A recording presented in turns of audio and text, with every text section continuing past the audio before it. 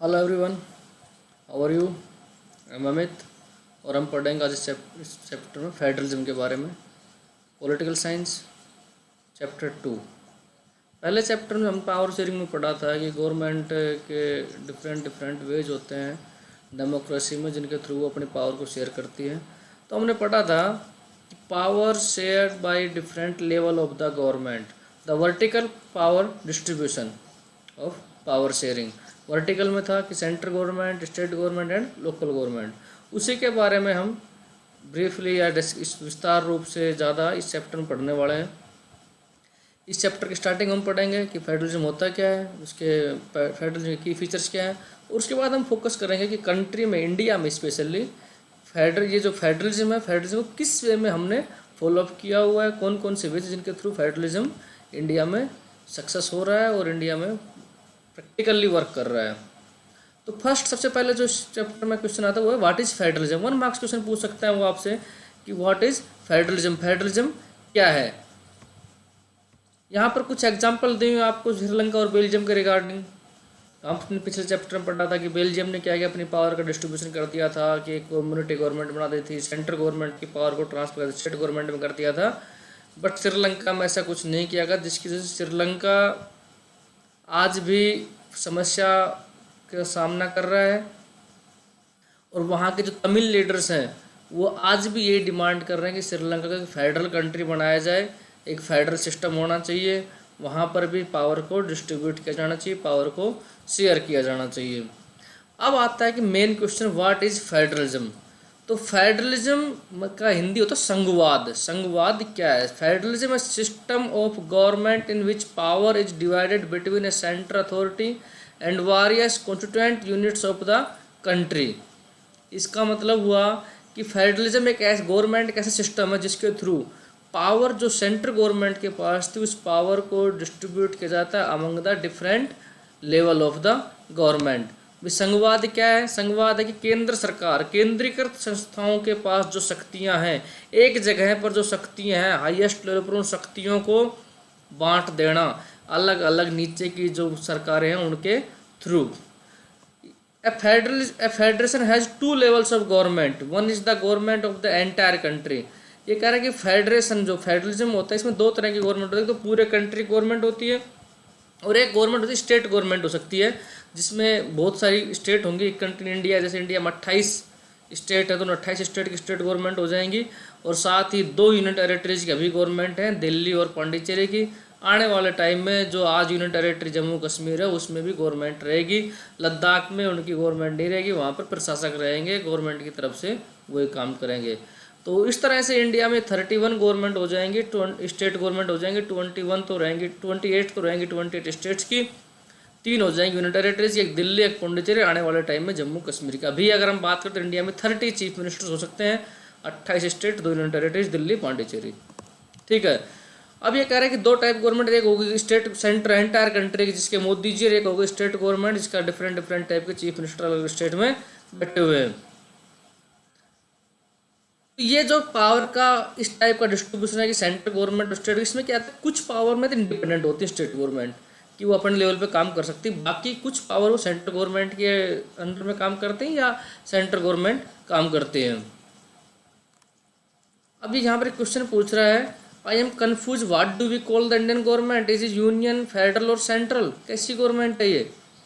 India की country, India is a federal country है। क्यों? क्योंकि इंडिया में पावर का डिस्ट्रीब्यूशन के सेंटर में तो यूनियन गवर्नमेंट भी, जिसको सेंट्रल गवर्नमेंट बोलते हैं, स्टेट गवर्नमेंट भी, लोकल स्टेट, इसलिए India is a federal country. यहाँ पर ये मैप दिखाया हुआ है। इस मैप में क्या बता रहा है कि only 25 of the world 192 countries have federal politics system. The citizen make up to 40% of the world population. Most of the large countries of the world are federations. ये जो रेड कलर में जो दिखा रही हैं सारे फेडरल कंट्री हैं। Federal का मतलब कि इनमें स्टेट और सेंट्रल गवर्नमेंट अलग अलग टाइप की गवर्नमेंट है। बाकी जो एरिया दिख रहे हैं उनमें फेडरल कंट्री नहीं, वहाँ पर सिर्फ सेंट्रल गवर्नमेंट, यूनिटरी सिस्टम होता है कि सिर्फ एक ही केंद्र सरकार होती है, पूरा का पूरा देश वो ही चलाती है। अब आते हैं हम इसके की फीचर्स में। अब यहाँ तक उसको और describe, federation construction with the unitary government, unitary मतलब एक ही government, central government, union level पर जो गवर्नमेंट है उसको यूनिटरी गवर्नमेंट बना। Under the unitary system either there is only one level of government और the sub unit of the subordinate of the central government. Unitary system भी दो तीन तरह का होता है, हो सकता है एक ही गवर्नमेंट हो, ये हो सकता है उस एक ही गवर्नमेंट के अपन, जैसे हमारे इंडिया के अगर इंडिया में यूनिटरी सिस्टम होता तो ऐसे रहता है कि भाई केंद्र सरकार होगी, मोदी जी होगी, बाकी जो चीफ जो मिनिस्टर्स बने हुए हैं ये इसके अंडर में काम कर रहे होते, ये यूनिटरी गवर्नमेंट होती, स्टेट नाम की कोई चीज़ नहीं होती, स्टेट गवर्नमेंट नाम की कोई चीज़ नहीं होती। The central government can pass on order to the provincial और the local government but in a federal system. अब ये बता रहा है कि अगर यूनिटरी सिस्टम क्या क्या होता है कि सेंट्रल गवर्नमेंट ऑर्डर देती है और बाकी उसके जो नीचे काम करें उसको फॉलो करते हैं। बट ये जो फेडरल सिस्टम में ऐसा नहीं है कि सेंट्रल गवर्नमेंट स्टेट गवर्नमेंट को हमेशा ऑर्डर नहीं दे सकती, सिर्फ कुछ एरियाज है जहाँ पर ऑर्डर देगी, बाकी स्टेट गवर्नमेंट की अपनी खुद की ऑटोनॉमी, अपने खुद इंडिपेंडेंस है कि वो अपने आप पर अपने लिए काम कर सकती है।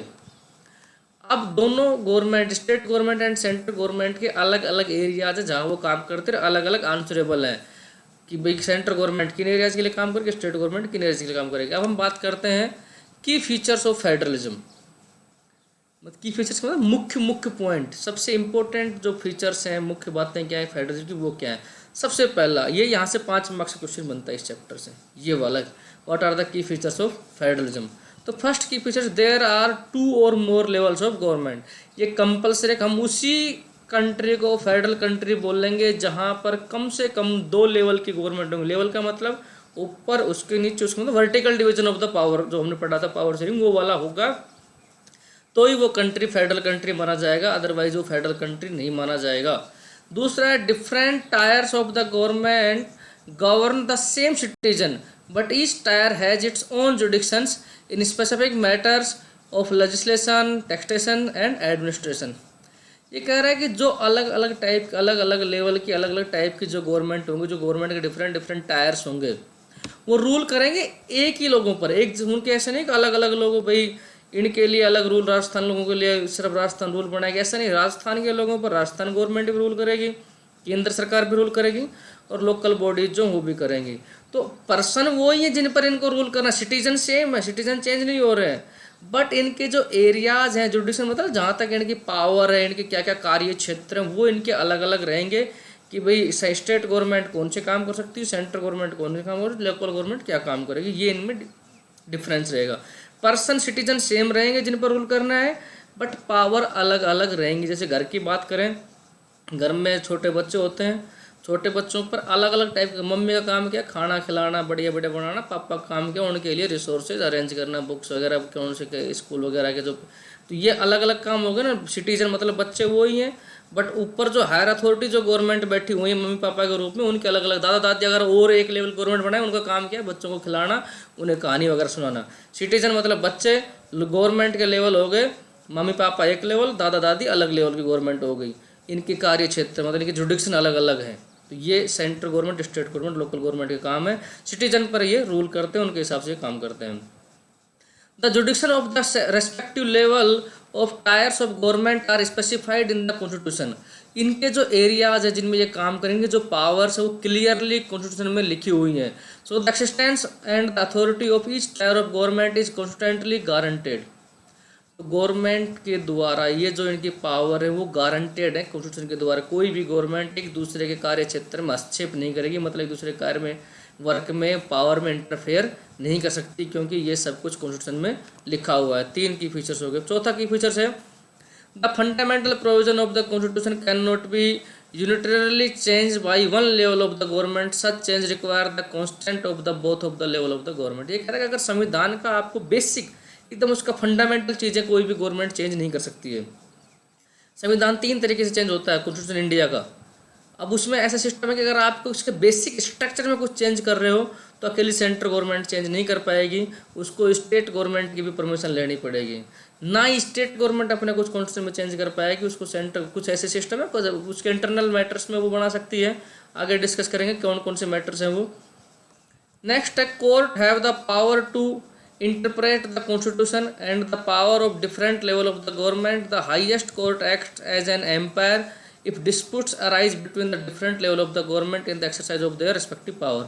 अगर सेंट्रल गवर्नमेंट, स्टेट गवर्नमेंट या लोकल गवर्नमेंट में आपस में कोई कॉन्फ्लिक्ट हो जाता है पावर के रिगार्डिंग कि किसकी क्या पावर है, पावर को शेयर करने के रिगार्डिंग, अपने काम को लेकर। तो इन दोनों में एम्पायर के रूप में काम करेगा सुप्रीम कोर्ट। सुप्रीम कोर्ट बताए किसका क्या काम है और इस क्षेत्र में कौन काम कर सकता है। Source of revenue for each level of the government are clearly specified to ensure its financial autonomy. अलग अलग लेवल की जो गवर्नमेंट है इनके पास पैसा कहाँ से आएगा, कौन सा टैक्स किस गवर्नमेंट को जाएगा, क्लियरली लिखा हुआ है। ये जो फाइनेंशियल ऑटोनॉमी है ये इनकी बनी रहेगी। ऐसा नहीं कि टैक्स एक लेवल की गवर्नमेंट का टैक्स दूसरे लेवल की गवर्नमेंट ले जाएगी या खा जाएगी, ऐसा कुछ नहीं होगा, क्लियरली रिटर्न डाउन है। नेक्स्ट जो की फीचर है, the federal system has as dual objective. Federal system के दो ऑब्जेक्टिव बता रहा है ये। क्या क्या है? पहला ऑब्जेक्टिव, क्वेश्चन से एक मार्क्स में पूछ what type how many types of objective has federal system. तो दो टाइप के इसके ऑब्जेक्टिव हो गए। या कौन कौन से ऑब्जेक्टिव फेडरल सिस्टम के? पहले to safeguard and promote unity of the country. कि सेफ गार्ड मतलब बचाना, प्रमोट मतलब अपग्रेड करना, प्रमोशन होता है मूवी का प्रमोशन, ऐसे कंट्री की यूनिटी को प्रमोशन करता है और लोगों की जो यूनिटी उसको बचाए रखता है। At the same time accommodate regional diversity. इसके साथ साथ क्या करता है ये, अलग अलग इंडिया में पता है बहुत टाइप की डाइवर्सिटी मतलब अलग अलग लैंग्वेज, अलग अलग रिलीजन, अलग अलग कल्चर के लोग हैं, इन सबको बनाए रखने का काम भी फेडरलिज्म करता है। तो पहला तो करते हैं कि हमारी जो यूनिटी है उसको बढ़ाने का काम करती है, प्रमोट करने का काम करती है, यूनिटी को बचाए रखती है। दूसरा क्या है कि हमारी डाइवर्सिटी को भी बनाए रखती है। भी अलग अलग स्टेट गवर्नमेंट है, तो वो अब जैसे हमने पढ़ा था ना वहाँ पर बेल्जियम में कि वहाँ कम्युनिटी गवर्नमेंट थी, कम्युनिकेशन लैंग्वेज के रिगार्डिंग काम करेगी। हमारे यहाँ तो गवर्नमेंट ही लैंग्वेज के बेस पर बनी स्टेट। गुजरात में गुजराती बोलते, गुजराती के लिए कुछ भी करें वो। महाराष्ट्र मराठी बोलते, मराठी के लिए कुछ भी करें वो। पंजाब में पंजाबी बोलते, पंजाबी के लिए कुछ भी करो। कर्नाटका में कन्नड़ बोल रहे हैं। तो इसलिए क्या होगा कि ये जो यूनिटी है यूनिटी बनी रहेगी और डाइवर्सिटी उनकी अपने कल्चर को, ट्रेडिशन को वो लोग बनाए रख सकते हैं। Therefore, two aspects are crucial for the institutions and the practice of the federalism. Government at different levels should agree to some rules of the power sharing. They should also trust that each would abide by its part of the agreement. An ideal federalism system has both aspects, mutual trust and agreement, to live together. ये कह रहा है कि federalism country में क्या क्या चाहिए, दो चीज़ चाहिए। म्यूचुअल ट्रस्ट होना चाहिए, मतलब सेंट्रल गवर्नमेंट, स्टेट गवर्नमेंट, जो भी अलग अलग लेवल की गवर्नमेंट है आपस में ट्रस्ट होना चाहिए। एक एग्रीमेंट को लेकर दोनों एक साथ काम करते रहना चाहिए। अब क्या है कि यहाँ पर पावर का डिवाइडेशन किया गया है। केंद्र वो जो हमारे कॉन्स्टिट्यूशन में 3 लिस्ट दी हुई हैं, उन लिस्ट में सभी कामों को लिखा हुआ है। उन जैसे कंट्री में कितने काम, रेलवे एक काम हो गया, एयरवेज एक काम हो गया, डिफेंस काम हो गया, police security, education, divorce, environment, forest, बहुत सारे काम, इन सब कामों की जगह लिखा गया। फिर 97 वर्क, उन कामों में से 97 वर्क ऐसे हैं जो सिर्फ सेंट्रल गवर्नमेंट कर सकती है, उनको बोलते हैं यूनियन लिस्ट। तो यूनियन लिस्ट में 97 वर्क है जिनमें सिर्फ सेंट्रल गवर्नमेंट करेगी, स्टेट गवर्नमेंट कोई मतलब नहीं है, जिसमें रेलवे आ गया, एयरफोर्स वगैरह। फिर 61 वर्क ऐसे जिनको सिर्फ स्टेट गवर्नमेंट करेगी, सेंट्रल गवर्नमेंट कोई इंटरफेयर उनमें नहीं करेगी। उन 61 में जैसे पुलिस है, इंटरनल जो उनकी सिक्योरिटी है, जो भाई लॉ एंड ऑर्डर कैसे बनाए रखना है वो सब है। और 52 वर्क ऐसे हैं जो दोनों कर सकती हैं। तो यूनियन लिस्ट में 97 वर्क, स्टेट लिस्ट में स्टेट गवर्नमेंट के कितने 61 वर्क हो गए। और तीसरे नंबर पर आती है ज्वाइंट या कॉन्करेंट लिस्ट बोलते हैं, 8th क्लास में आपने पढ़ा होगा। कॉन्करेंट लिस्ट में 52 वर्क है जिनमें दोनों काम कर सकती हैं। जैसे एजुकेशन हो गया, सेंट्रल लेवल पर CBSE काम कर रही, स्टेट लेवल पर अलग अलग बोर्ड की जो बोर्ड हैं वो काम कर रहे हैं। हरियाणा में HSSC, HBSC है, राजस्थान में RBSE है, ऐसे अलग अलग बोर्ड काम कर रहे हैं। अब एक नेक्स्ट क्वेश्चन आता है कि वर्ल्ड में 2 टाइप का फेडरेशन होता है, 2 टाइप का फेडरलिज्म है। एक को बोलते हैं कमिंग टुगेदर फेडरलिज्म और दूसरे को बोलते हैं holding together federalism. Coming together and holding together. अब इसका मीनिंग क्या है?